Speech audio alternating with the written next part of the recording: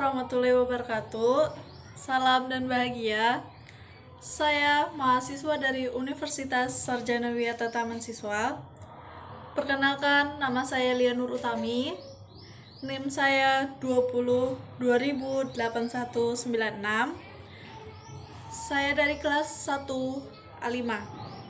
Di sini saya akan melakukan observasi dan wawancara UMKM yang berada di sekitar rumah saya. Kira-kira UMKM apakah yang akan saya wawancarai kali ini? Ya sudah, daripada kita penasaran dan menunggu lama, lebih baik kita langsung saja ke tempatnya untuk melakukan sebuah observasi dan wawancara. Oke guys, jadi di sini kita sudah sampai di tempatnya langsung. Jadi kita gak usah nunggu lama-lama lah ya. Kita langsung aja ke dalam untuk mewawancarainya lebih lanjut lagi. Mari guys. Oke teman-teman, jadi kita di sini sudah bersama dengan Bude Baria. Iya. Di sini kita akan mewawancara dan mengobservasi lebih lanjut lagi tentang dia berjualan apa aja. Oke, kita mulai wawancaranya. Kalau boleh tahu, ini berjualan apa Bude? Bubur sama nasi, lauk-pauk gitu. Kenapa lebih memilih jualan itu?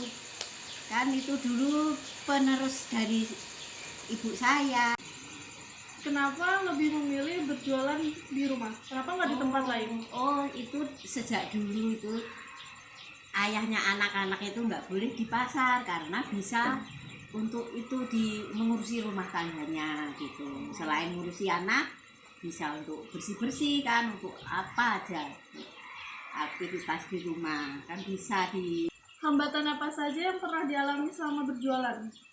Ya kalau musim hujan gini kan yang susahnya itu kalau kayu bakarnya nggak kering kan susah lama.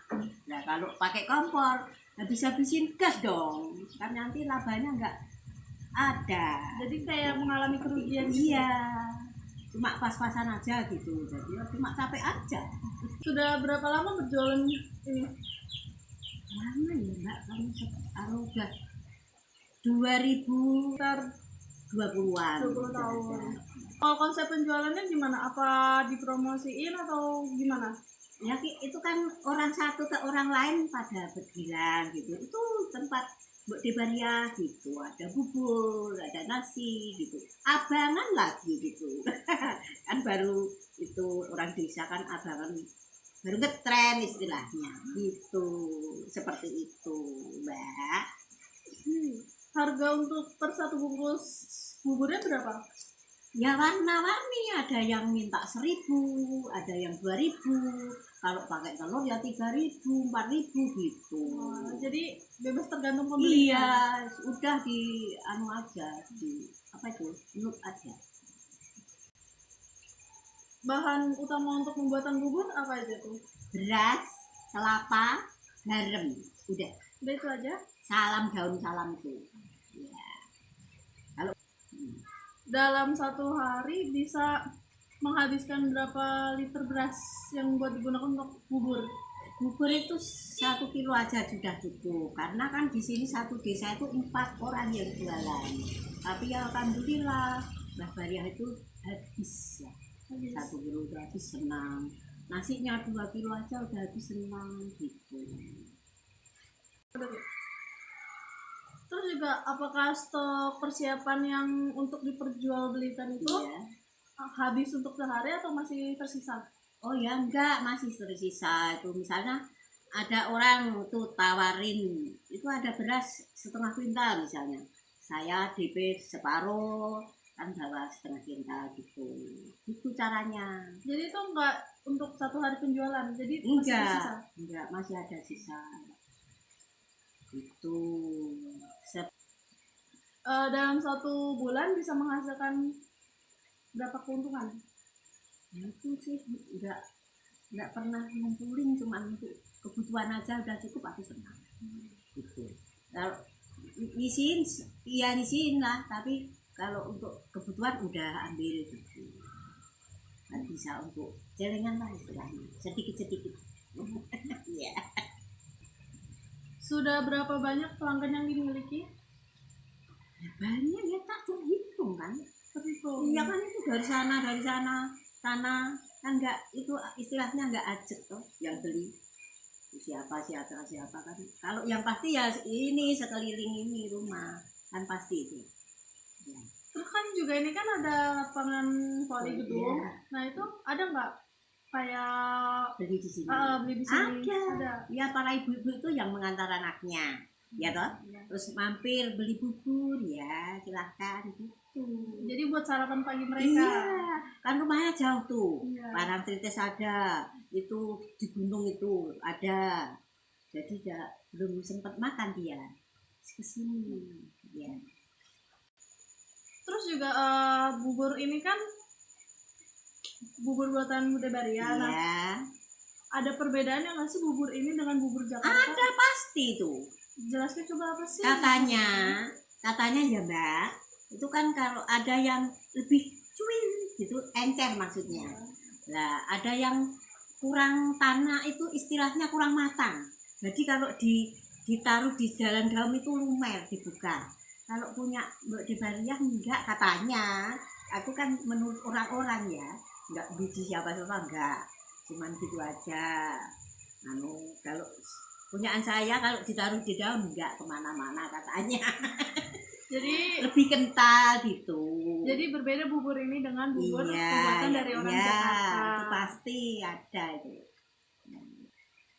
Berjalan dari jam berapa sampai jam berapa? Bangunnya apa? Oh, jangka waktu berjualan. Iya. Jam apa itu? Jam 5, jam 7 udah habis. Udah habis. Ya. Suka dukanya dalam penjualan ini apa? Selama ini suka dukanya? Ya itu kalau musim hujan itu ya sering habis, sering enggak kan biasa tuh orang jualan di rumah. Tapi kalau musim panas terus anak-anak pada sekolah itu kurang malah. Sering itu. Jadi suka dukanya itu aja. Ya. Modal awalnya itu bisa menghabiskan berapa rupiah? Itu cuma 200 saja udah cukup. 200. Iya. Tapi dengan modal awal itu bisa kembali lagi nggak? Kembali. Kembali. Iya, dan nanti kalau ada sisa ya untuk makan, kalau enggak ya ada sisa uang toh bisa disimpan gitu buat kebutuhan yang lain, ya toh, buat beli bensin gitu. Terus juga warung ini tuh bisa menerima pesanan apa enggak? Udah ada yang menerima? Bisa ada. Itu misalnya bubur 10 bungkus, itu gorengan itu 20.000 itu. Orang-orang temen totok anak saya itu, Mbak, itu sukanya begitu. Abangan 20.000 misalnya, tapi kalau sekarang nggak ada abangan. Ada pesan-pesan apa? Keunggulan dari bubur Bude ini apa sih, dalam bentuk rasa atau yang lain gitu? Ya itu tergantung orang pembeli toh Mbak itu. Ada yang suka pedasnya itu mantap katanya. Kalau nggak senang pedas ya sedih dia, dikurangin aja itu cabenya. Ya tapi kan kalau bubur nggak pedas nggak enak katanya gitu kan, aku nurut aja. Jadi itu keunggulannya. Ya katanya itu orang-orang pembeli itu kan yang bilang. Terus juga harga yang diberikan oleh Budi Baria itu bisa diterima pelanggan?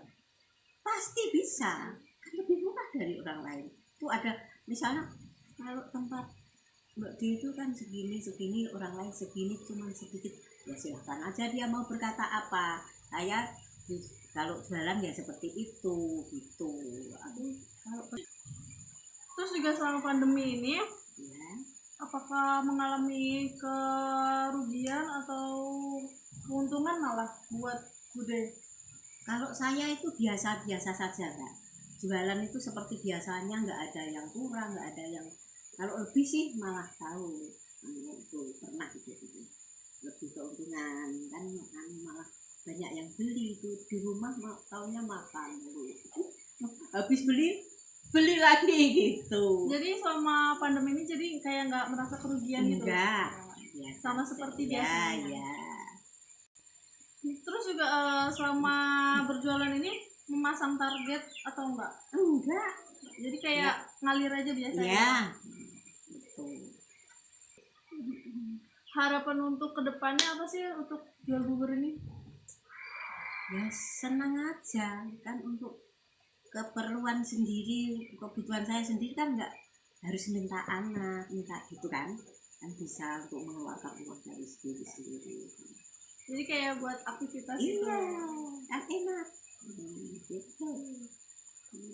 Oke guys, wawancaranya cukup sampai di sini saja. Kita lanjut ke observasinya. Jadi kita akan mengobservasi, oke? Dan mana-mana. Terima kasih. Makasih Mbak. Oke guys, jadi itu adalah bumbu buat bubur. Itu adalah kuahnya, kuah bubur. Jadi tergantung orang itu mau beli bubur pakai kuah atau tidak. Dan ini adalah kuah yang gurih, dan yang satu lagi tadi adalah kuah yang pedas. Jadi tergantung selera orang-orang ya. Selain ada bubur, di sini juga ada gorengan. Terus juga abangan juga tersedia, ada bacem juga. Jadi tergantung kalian mau mesennya apa.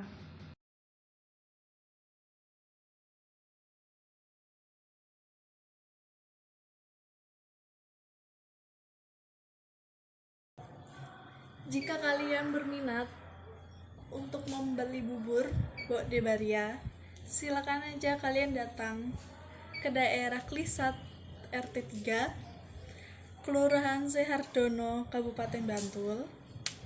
Jika kalian ingin kesini, kalian harus belinya pagi-pagi datangnya, karena bukanya itu sekitar dari jam 5 sampai jam 7, karena jam 7 itu udah habis. Dan terutama untuk orang-orang yang ingin volley di daerah Klisat, itu kalian kalau misalkan belum sarapan dari rumah, terus tidak sempat untuk membawa bekal, kalian bisa sebelum berlatih volley, sebelum bermain volley, kalian juga bisa kok beli bubur di Bodebaria. Di sana udah ada harganya, serah kalian mau beli dengan harga 2.000, 3.000 atau 5.000 juga bisa kok. Jika kalian ingin, silakan langsung saja datang ke sana. Sekian observasi dan wawancara yang saya berikan dari saya, Lia Nur Utami. Saya meminta mohon maaf jika saya memiliki kekurangan atau kesalahan dalam penyebutan kata atau kalimat. Jika saya mempunyai kesalahan, mohon dimaafkan. Sekian video wawancara dan observasi dari saya tutup dan saya akhiri. Assalamualaikum warahmatullahi wabarakatuh.